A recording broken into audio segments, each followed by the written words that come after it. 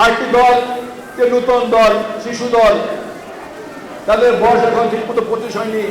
মুরব্বীরা বলেন বাচ্চাদের দল, অনেক মুরব্বীরা বলেন গেদাদের দল, গ্রাম্য ভাষায় বলে।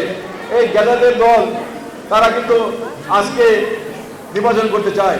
অনেক মুরব্বীরা বলেন এলাকার যদি মেম্বার ভোটও তারা জয়লাভ করতে পারবে না, এই মেম্বারদের ভোটে তারা বিপুল ভোটে পরাজিত হবে, তাদের জামানত মাজাতে হবে। এই কারণে এই তিনটি দল মিলে আজকে নির্বাচনকে বানচাল করতে চায়।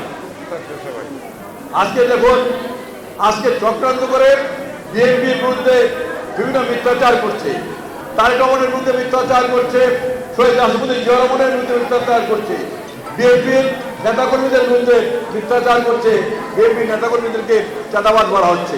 কিন্তু আমরা কি দেখি? আমরা দেখি 5ই আগস্টের পরে জামাত ইসলাম বাংলাদেশের কয়েকটি ব্যাংক দখল করে নিয়েছে। জামাত ইসলাম 5ই আগস্টের পরে কয়েকটি ইন্স্যুরেন্স কোম্পানি দখল করে নিয়েছে। জামাত ইসলাম নেতা ডক্টর শফিকুর রহমান হেলিকপ্টার করে বাংলাদেশের ভূমিক্ষেত্র বসুন্ধরার মালিক শাহ আলমের কাছে গিয়েছিল, বিপুল অঙ্কে চাঁদা তুলেছে। এমনিভাবে জামাত ইসলাম বড় বড় প্রতিষ্ঠান থেকে চাঁদা তুলেছে, অনেক বড় বড় প্রতিষ্ঠান জামাত ইসলাম দখল করে নিয়েছে। তারা কিন্তু চাঁদা নিচ্ছে না, তারা নিচ্ছে হাদিয়া, বড় বড় হাদিয়া নিচ্ছে। এনসিপি আজকে বড় বড় চাঁদার সাথে জড়িত আমরা সোশ্যাল মিডিয়ায় দেখতে পাচ্ছি। এই এনসিপির উপদেষ্টারা, এনসিপির নেতারা, এই সরকারের কিছু কিছু উপদেষ্টা যারা এনসিপিকে সমর্থন করেন, এই উপদেষ্টাদের পিতা ভাই আত্মীয়স্বজন আজকে বড় বড় চাঁদাবাদের সাথে সম্পৃক্ত।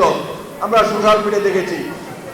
আমরা দেখেছিলাম হাসিনা তার বক্তব্য বলেছিলেন তার পিয়ন 400 কোটি টাকার মালিক হেলিকপ্টারে চলে, 16 বছরে 400 কোটি টাকার মালিক হয়েছেন। আর বর্তমানে কিছু কিছু উপদেষ্টার এপিএসরা 10 মাসেই 300 কোটি টাকার মালিক হয়ে গিয়েছেন। কিভাবে তারা চাঁদাবাজি করছে ভেবে দেখুন। আজকে এনসিপির কিছু কিছু নেতা এবং কয়েকজন উপদেষ্টা আমরা 1 বছর আগে দেখেছি তারা মেসে থাকতো, তারা পাবলিক বাসে চড়তো, তারা ঠিক মতো মেসের ভাড়া দিতে পারতো না, ঠিক মতো খাওয়া দাওয়া করতে পারতো না। আজকে তারা বিলাসবহুল বাড়িতে চলেন, বিলাসবহুল গাড়িতে চলেন, হাতে 50 লক্ষ টাকার গড়ি হাতে দেন, 20-25 হাজার টাকার পাঞ্জাবি পরেন। কোথায় পেলেন? এগুলো সব চাঁদাবাজির টাকা।